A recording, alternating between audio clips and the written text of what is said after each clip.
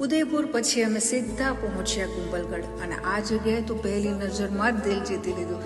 અહીં આવીને અમે ધ કુંભલ પેલેસ રિસોર્ટમાં ચેક ઇન કર્યું.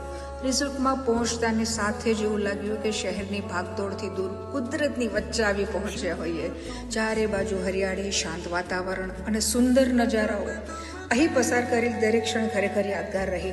ખાસ આભાર વીર બન્ના સરનો. અમારા સ્ટે દરમિયાન તેમણે વ્યક્તિગત રીતે અમારું ખૂબ જ ધ્યાન રાખ્યું, જેના કારણે આખો અનુભવ વધુ યાદગાર બની ગયો.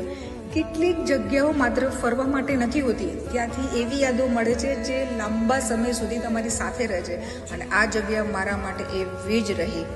તમને શું લાગે છે, ટ્રીપને સાચે યાદગાર શું બનાવે છે? જગ્યા, લોકો કે પછી ત્યાં મળેલો અનુભવ? કોમેન્ટમાં જરૂર જણાવજો. અને હા, કુંભલગઢના હજુ ઘણા સુંદર અનુભવ તમારી સાથે શેર કરવાના બાકી છે. જલ્દી ફરી મળીશું.